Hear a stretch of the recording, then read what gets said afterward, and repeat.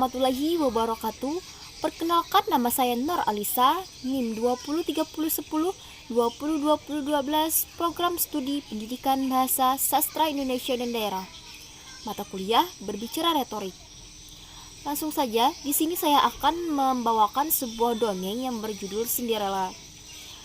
Siapa yang tidak tahu tentang dongeng yang satu ini? Tentu saja dongeng yang satu ini tidak asing lagi di kalangan masyarakat. Yuk simak dongengnya sebagai berikut.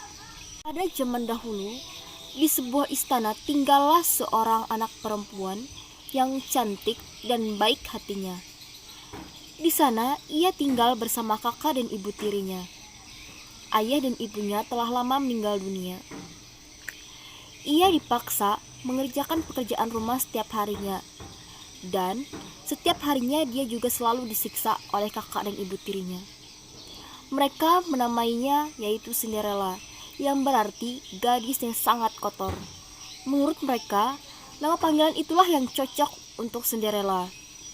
Suatu hari, ada sebuah undangan pesta dansa dari istana untuk semua gadis.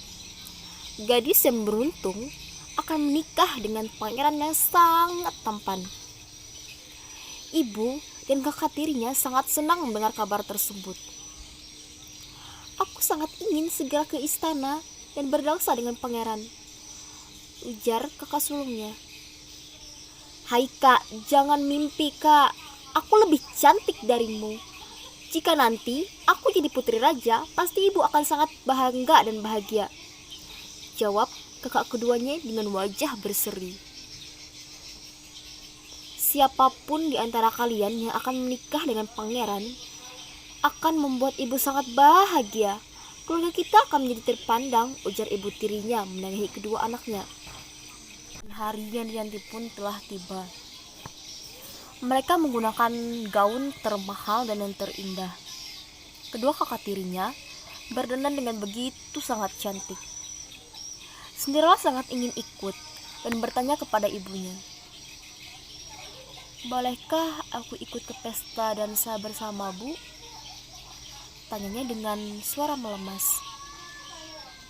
"Dasar Cinderella bodoh, kau tinggal di rumah selama kami pergi. Bersihkan semua ruangan, cuci piring dan baju, dan kamu sangat jelek. Pangeran tidak akan melihatmu meskipun kau datang ke sana," jawab ibu tirinya dengan menghina. "Kau bahkan sangat bau Cinderella. Jika kamu ikut, kamu akan membuat kami malu," tambah kakak tertuanya. "Tapi aku sangat ingin ikut kak." Cinderella mencoba mempertahankan keinginannya.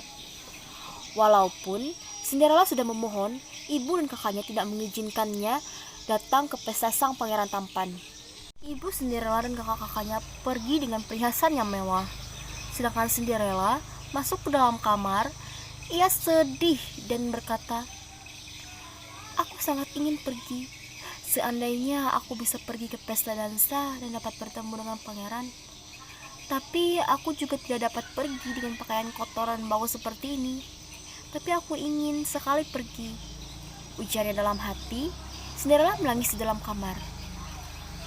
Tiba-tiba ada cahaya yang sangat terang dan suara gemuruh di sampingnya. Muncullah ibu peri yang sangat baik hati. "Cinderella, berhentilah kamu menangis." Ia sangat terkejut. Sebelahnya ada seorang ibu peri sambil tersenyum ramah. "Aku ibu peri yang akan menolongmu pergi ke pesta dansa itu. Tapi sebelum itu kamu harus mencari 6 tikus, 6 kadal, dan 6 labu emas. Kamu dapat mendapatkan itu di kebun belakang dan kemudian bawakan ke sini." Cinderella segera mencari labu emas, 6 tikus, dan 6 kadal. Cinderella segera membawanya. Ibu peri menghampiri mereka satu persatu dengan tongkatnya. Labu emas berubah menjadi pedati emas yang sangat indah. Keenam tikus tersebut menjadi 6 kuda berwarna keemasan, dan kadal menjadi pengawal dengan berbadan kekar. Cinderella sangat terkejut, lalu ibu peri menghampirinya. Dan dengan tongkatnya, pakaian Cinderella yang sangat jelek dan kotor berubah menjadi gaun emas yang berkilau dengan perhiasan yang sangat indah dan berkilau. Sementara kakinya ada sepasang sepatu kaca yang sangat cantik. Cinderella menari-nari dengan sangat gembira. Sebelum ia pergi, ibu peri berpesan, "Cinderella, pengaruh sihir ini akan lenyap setelah lonceng pukul 12 malam. Karena itu, tepat pukul 12 malam kamu harus meninggalkan pesta dansa." "Baiklah ibu peri, aku akan ingat pesan ini dan meninggalkan pesta tepat pukul 12 malam. Terima kasih ibu peri," jawab Cinderella dan ingin langsung menaiki kendaraannya. Ketika Cinderella tiba di pesta, ia tampak sangat cantik. Ia langsung masuk ke dalam aula istana. Begitu ia masuk ke dalam, semua mata tertuju padanya. Mereka sangat terkejut dan sangat kagum dengan kecantikan Cinderella. Bahkan ibu dan kedua kakak tirinya tidak mengenali siapa putri cantik itu. "Putri itu sangat cantik sekali. Putri dari negara mana secantik itu?"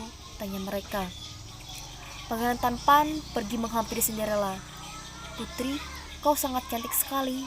Maukah kamu berdansa denganku?" ujar pangeran. "Iya, aku mau pangeran," jawab Cinderella sambil tersenyum. Lalu mereka berdua berdansa. Dengan rasa bahagia pangeran berkata, "Kamu adalah wanita yang aku cari selama ini." Cinderella sangat bahagia dan lupa waktu. Ternyata jam mulai mendekati pukul 12. "Maafkan aku pangeran, aku harus segera pulang." Cinderella menarik tangannya dari genggaman pangeran dan langsung berlari keluar istana. Tiba-tiba di tengah perjalanan keluar istana, sepatunya terlepas sebelah. Cinderella terus berlari. Pangeran berlari mengejarnya dan menemukan sepatu kaca milik Cinderella yang di tengah anak tangga. Pangeran langsung mengambil sepatu itu. "Aku akan mencari pemilik sepatu ini," katanya dalam hati. Cinderella kembali menjadi gadis kotor dan berdebu. Namun ia sangat bahagia karena dapat pergi berpesta dan berdansa dengan pangeran.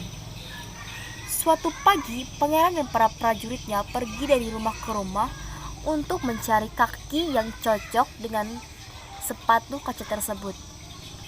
Ia mencari sampai ke pelosok negeri untuk mencocokkan sepatu kaca. Namun, tidak ada dari mereka yang cocok. Akhirnya, tibalah di rumah Cinderella. Kedua kakaknya sangat senang dan tidak sabar untuk mencoba sepatu itu. "Permisi, kami mencari gadis yang kakinya cocok dengan sepatu kaca ini," kata para pengawal. Kedua kakak tirinya mencoba sepatu kaca itu. Kaki mereka berdua terlalu besar tapi terus memaksanya masuk. Pengawal melihat Cinderella. "Hai kamu, kemari. Cobalah sepatu ini." Cinderella menjulurkan kakinya masuk ke dalam sepatu itu. Ternyata sepatu kaca tersebut sangat cocok. "Ternyata kamulah putri yang dicari pangeran," suruh salah satu pengawal. "Cinderella, selamat." Cinderella langsung menoleh ke belakang. Di sana telah berdiri ibu peri yang baik hati. "Hiduplah dengan bahagia dengan pangeran," katanya. Ibu peri langsung menghampiri dan menggerakkan tongkatnya dan membaca mantra Sim Salabim. Cinderella berubah menjadi putri dengan memakai gaun yang sangat indah. Pengawal langsung membawa Cinderella ke istana. Sesampainya di istana, pangeran menyambut dengan gembira dan tersenyum. Cinderella dan pangeran akhirnya menikah dan hidup sangat bahagia selamanya. Nah, akhirnya kita telah sampai di penghujung cerita. Untuk pesan moral dari cerita dongeng tersebut adalah tetap berbuat baik, rajin, serta bersyukur akan mendatangkan kebahagiaan dan rezeki dari jalan yang tidak kita sangka. Untuk menutup cerita kita pada hari ini, saya mohon pamit undur diri. Kurang lebihnya saya mohon maaf. Wabillahi taufiq wal hidayah. Wassalamualaikum warahmatullahi wabarakatuh.